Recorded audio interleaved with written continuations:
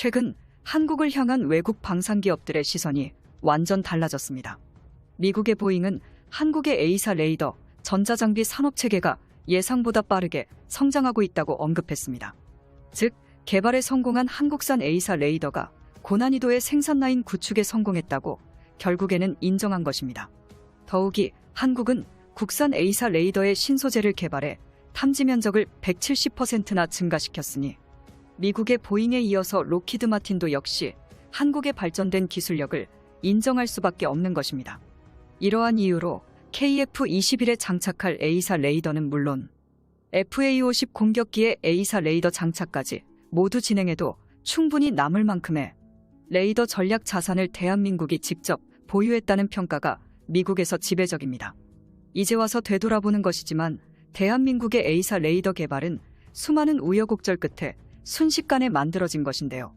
과거 한국항공우주산업과 한화는 미국산 전투기인 로키드 마틴 F-35를 선정하는 대가로 4대 핵심 기술을 이전받아 KF-21 전투기의 항공 전자장비를 개발한다는 일종의 계획을 진행했습니다.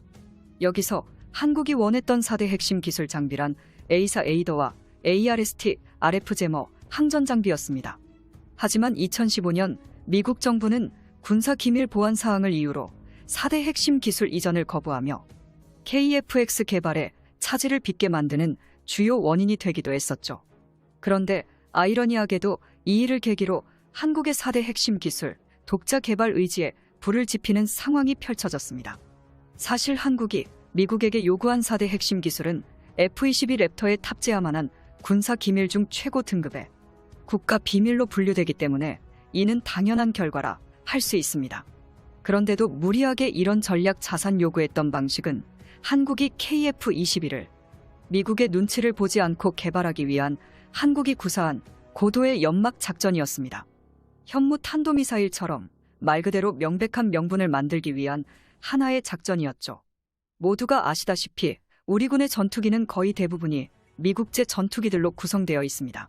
그런데 그런 전투기를 한국산으로 개발한다고 하면 미국의 방산 기업들이 가만히 있지 않을 것은 불을 보듯 뻔할 것이고, 특히 미국산 전투기의 수출 시장에서 대한민국은 어마어마한 구매 실적을 남긴 충실한 고객 중 하나입니다. 로키드 마틴은 한국이 자체 전투기를 개발한다고 나서자 어떻게든 반대할 것은 당연한 일이었죠. 그럼에도 한국은 이런 문제점을 해결하고자 한국형 차세대 전투기 개발에 절대적으로 필요한 4대 핵심 기술을 미국에게 요청한 것이죠. 이것은 연막 작전이었습니다. 반대로 미국은 한국의 이런 핵심 기술이 한국에겐 아직 없다는 것을 잘 알고 있었고, 우리가 KF-21 전투기 개발을 추진하다 중도에 포기하면 오히려 미국에게 더욱 의존할 것이라는 심산으로 한국의 KF-21 항공전자장비 독자 개발을 방해하지 않고 묵인한 것이었습니다. 이때까지만 하더라도 4대 핵심 장비 독자 개발은 솔직히 미국이 생각해도 쉽지 않은 일이었으며, 설사 진행한다 하더라도 실패할 확률이 매우 높은 사업입니다. 그런데 한국은 심지어 다른 국가와 기술 협력을 통한 기술 공유 형태의 개발이 아니라 국산 기술로 개발한다고 나섰기 때문에 미국은 당연히 한국의 차세대 전투기 사업이 좌초할 것이라고 생각했을 것입니다. 그런데 여기서부터 미국이 전혀 생각하지 못한 반전의 영화가 시작됐습니다. 그토록 원하던 4대 핵심 기술의 이전을 거부하게 된다면 당연히 한국의 KF-21 계획이 좌초했어야 하는데, 놀랍게도 한국은 비밀스럽게 KF-21 전투기 사업 이전부터 독자적으로 항공전자장비 산업을 추진하면서 차근차근 4대 핵심 기술의 노하우를 쌓아가고 있었는데요. 반면 미국은 KF-21의 항공전자 장비 독자 개발이 실패할 것이라고 확신했기 때문에 더욱이 사업의 진행을 앞장서서 미국산 항공장비 홍보에 나섰는데요. 이러한 이유는 KF-21 계획이 실패하여 전투기 전력에 공백이 생길 경우 미국산 전투기와 항공전자장비들을 한국에게 더욱 많이 판매할 수 있었기 때문입니다. 그러나 미국의 방위산업 기업들의 계획은 실패로 끝난 것을 모두가 알고 계실 것입니다. 현존 최고 성능의 A사 레이더를 국산화에 성공한 대한민국은 현재 군에서 운영 중인 각종 전술 자산들과 새로 도입하는 전투체계들의 레이더를 점진적으로 국산화해 KF-21 전투기부터 구축함까지 국산 레이더로 교체하는 작업에 착수한 상태입니다. 이러한 결과 비로소 과실을 맺게 되었습니다. 바로 지난해 국방과학연구소가 전자전 비행모의 시험대 통제실에서 국방부 출입 기자들을 대상으로 시연회를 개최함에 동시에 깜짝 고백을 했었죠.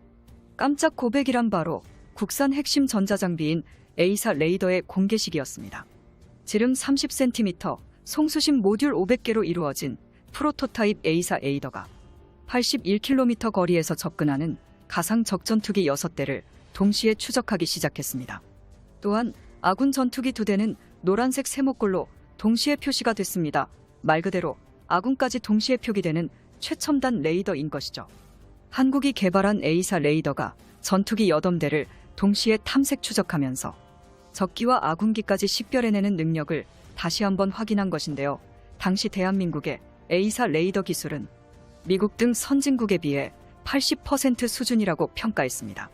공개한 A사 레이더의 가장 핵심 소자인 질화 갈륨 반도체 소자는 한국형 다이아몬드 공법이라는 새로운 공법을 이용해 기존 미국이나 일본의 특허를 피해가면서도 전력 증폭률이나 열전도율이 훨씬 높아 내열성도 뛰어난 것으로 판명되었습니다. 패사 레이더를 담당했던 이스라엘 엘타 방산기업은 우리 기술진이 개발한 A사 레이더 하드웨어가 자국산보다 훨씬 성능이 뛰어나다며 자국의 수출을 요청할 정도였습니다. 한국이 개발한 A사 레이더는 국방과학연구소 주도로 개발에 착수했지만 우리 민간 기업들의 힘도 컸습니다. 결국 민원의 협력으로 개발에 착수한 지 불과 4년 만에 레이더 적외선 탐색 추적 단계를 한화 시스템이 개발에 성공했고 전자파 기술은 LIS 넥스원이 개발에 뛰어들어 기어코 성공해냈습니다. 이렇게 전투기 핵심 기술들의 신뢰성을 빠르게 확보하면서 개발 기간을 단축하게 된 것입니다. 현재까지 한국의 방산업계가 개발을 완료한 A사 레이더 데이터는 모두 저장되어 전력화가 되었고 런데 이 기술이 국산 기술이어서 한국의 의지대로 활용 가능해짐에 따라 육해공 모든 무기체계와 통이되었습니다. 일반적으로 A사 레이더의 강점은 기계식 레이더에 비해 정보 처리 수준이 차원이 다릅니다. 레이더 스페이스 성능 향상에도 A사 레이더가 유리하고 특히 정레이저 교란 등 전자전 능력도 갖고 있기 때문에 탐지거리 및 범위도 확대됩니다. 또한 전투기 송수 수신 모듈이 수백 개에서 1000개 이상이기 때문에 복수의 표적과 동시 교전이 가능해져 전투기 성능을 끌어올릴 뿐만 아니라 장거리 공대공 미사일을 사용 가능하게 만듦으로써 전투기의 생존성까지 올려주게 됩니다. 한국은 다른 모든 국가가 실패할 것이라고 예상했던 결과를 깨고 한국의 독자 기술로 전투기를 개발했을 뿐만 아니라 세계 정상급의 A사 레이더와 비교해도 전혀 뒤떨어지지 않는 한국형 A사를 개발했습니다. 구독과 알람 설정은 하시면 영상 업로드 시 바로 시청하실 수 있습니다. 시청해주셔서 감사합니다.